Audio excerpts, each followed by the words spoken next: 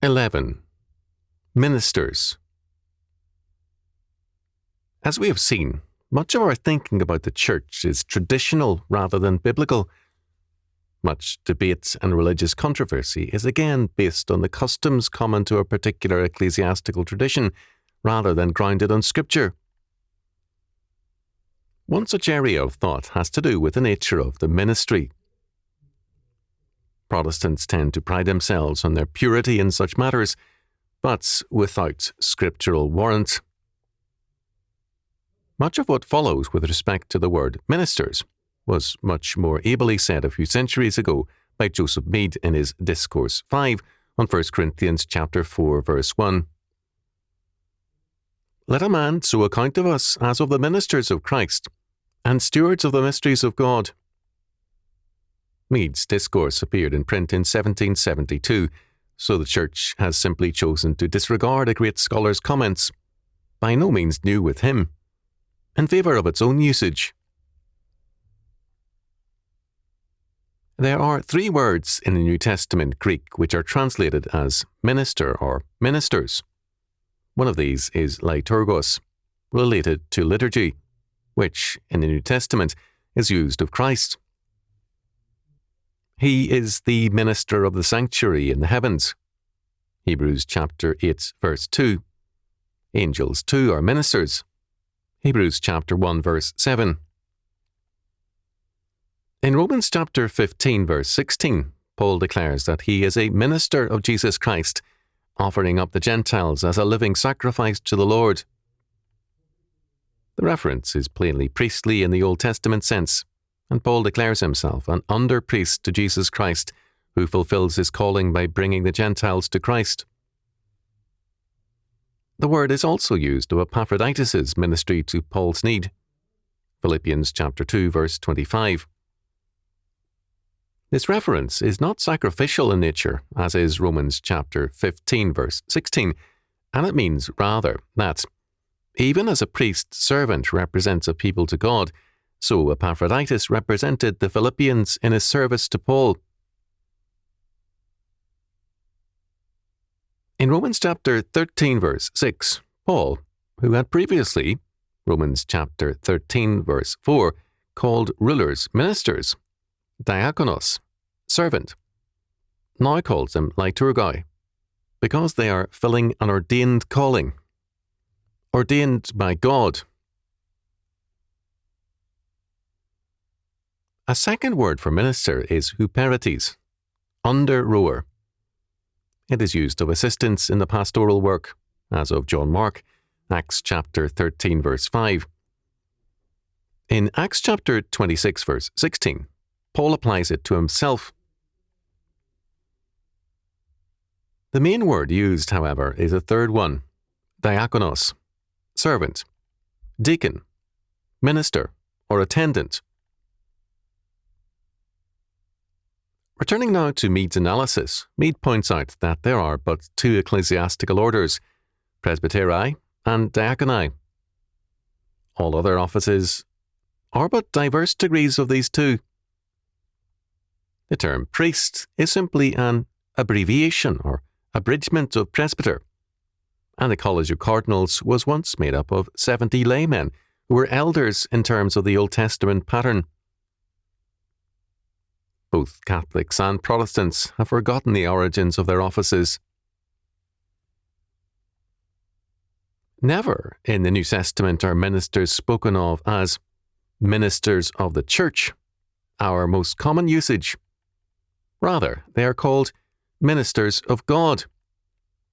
2 Corinthians chapter 6, verse 4, 1 Thessalonians chapter 3, verse 2. Ministers of Christ, 1 Corinthians chapter 4, verse 1, 2 Corinthians chapter 11, verse 23, Colossians chapter 1, verse 7.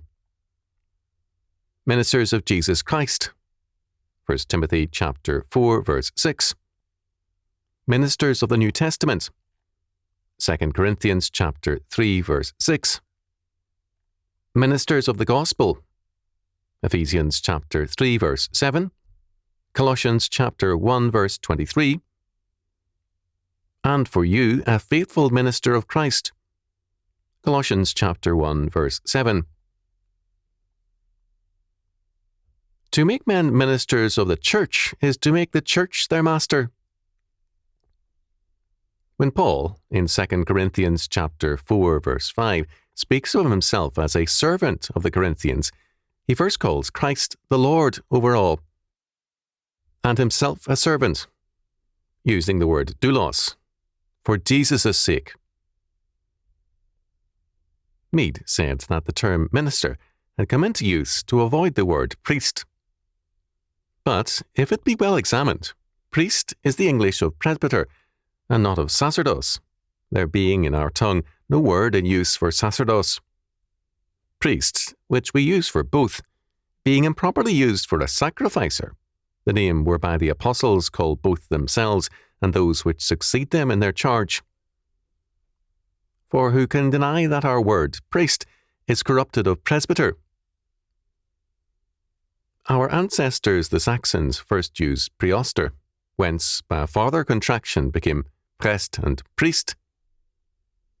The High and Low Dutch have priester, the French prestre, the Italian prete. But the Spaniard only speaks full presbitero. To call the clergy or pastors ministers is to call them deacons, and to confuse the two offices. As a result, said Mead, we have an unhappy situation. Lay officers are called elders or presbyters.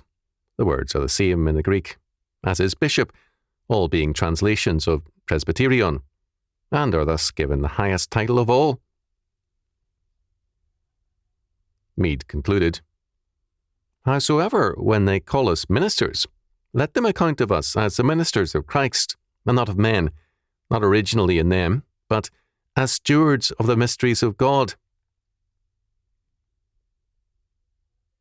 With Mead's comments in mind, let us go further. A minister is a servant, a deacon, and waiting at table is basic to its meaning. The minister is a household servant of the head of the house. In the church, he is the Lord's servant. We are told that Satan too has his ministers. 2 Corinthians chapter 11, verse 15. Some men become ministers of sin. Galatians chapter 2, verse 17. We now come to a very important usage of minister by our Lord himself. But Jesus called him unto him and said, Ye know that the princes of the Gentiles exercise dominion over them, and they that are great exercise authority upon them. But it shall not be so among you. But whosoever will be great among you, let him be your minister. And whosoever be chief among you, let him be your servant. Even as the Son of Man came not to be ministered unto, but to minister, and to give his life a ransom for many. Matthew chapter 20, verses 25 to 28, compared Mark chapter 10, verses 42 to 45. The word servant in verse 26 is diakonos, and the same word appears in verb form in verse 28, translated as to be ministered and to minister. Every believer is called to this ministry to the house of God, to minister to the needs of Christ's family. The law speaks extensively of this ministry. No interest is to be charged on loans to needy fellow believers. This restriction does not apply to commercial loans, but to charitable ones. Exodus chapter 22, verse 25, Deuteronomy chapter 23, verses 19 and 20, Leviticus chapter 25, verse 36 and 37, Nehemiah chapter 5, verse 10. There is to be a release of debts on the 7th year. Deuteronomy chapter 15, verses 1 to 6, and verses 12 to 18. The covenant member is to be mindful of widows and orphans. Exodus chapter 22, verses 22 to 24. Deuteronomy chapter 24, verse 17. Chapter 27, verse 19. Of neighbors. Deuteronomy chapter 22, verse 4. Leviticus chapter 19, verses 13 and 16. The poor, Exodus chapter 23, verse 6. Leviticus chapter 19, verse 10. Leviticus chapter 25, verses 35, 39, and 43. To sojourners, Exodus chapter 22, verse 21, chapter 23, verse 9, Leviticus chapter 19, verses 33 and 34, Deuteronomy chapter 10, verses 18 and 19, chapter 24, verses 15 and 17, chapter 27, verse 19. The needy and defenseless, Leviticus chapter 19, verse 14, Deuteronomy chapter 24, verse 14, chapter 27, verse 18. Slaves and servants, Deuteronomy chapter 24, verses 14 and 15, chapter 15, verses 12 to 15, Exodus chapter 21, verse 2, chapter 23, verse 12. The aged, Leviticus chapter 19, verse 32, and so on. The poor are to be remembered in a special tithe. Deuteronomy chapter 14, verses 28 and 29. By means of gleaning, they were to be enabled to provide for themselves. Exodus chapter 23, verses 10 and 11. Leviticus chapter 19, verses 9 and 10. Chapter 23, verse 22. Deuteronomy chapter 24, verses 19 to 21. The poor are also to be remembered in our rejoicing. Deuteronomy chapter 16, verses 10 to 14. These and other laws are alluded to and summarized by our Lord and by the apostles, and they are stressed as evidences of the life of faith in the covenant household. Notes, for example, the following. But when thou makest a feast, call the poor, the maimed, the lame, the blind, and thou shalt be blessed, for they cannot recompense thee, for thou shalt be recompensed at the resurrection of the just. Luke chapter 14, verses 13 and 14. Then shall the king say unto them on his right hand, Come, ye blessed of my Father, inherit the kingdom prepared for you from the foundation of the world. For I was an hungered, and ye gave me meat. I was thirsty, and ye gave me drink. I was a stranger, and ye took me in. Naked, and ye clothed me. I was sick, and ye visited me. I was in prison, and ye came unto me. Matthew chapter 25, verses 34 to 36. I have showed you all things, how that, so labouring, you ought to support the weak, and to remember the words of the Lord Jesus, how he said, It is more blessed to give than to receive. Acts chapter 20, verse 35. This is the ministry to which all believers are called. To restrict the ministry to the pastor, elders, or deacons is not warranted by Scripture and is a form of Pharisaism.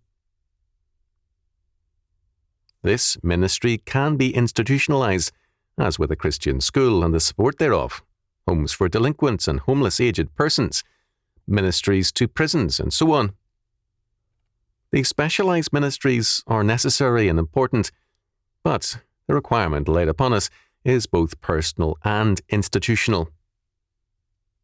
We cannot do it all ourselves, but neither can we delegate it all. Members of the household have duties one to another.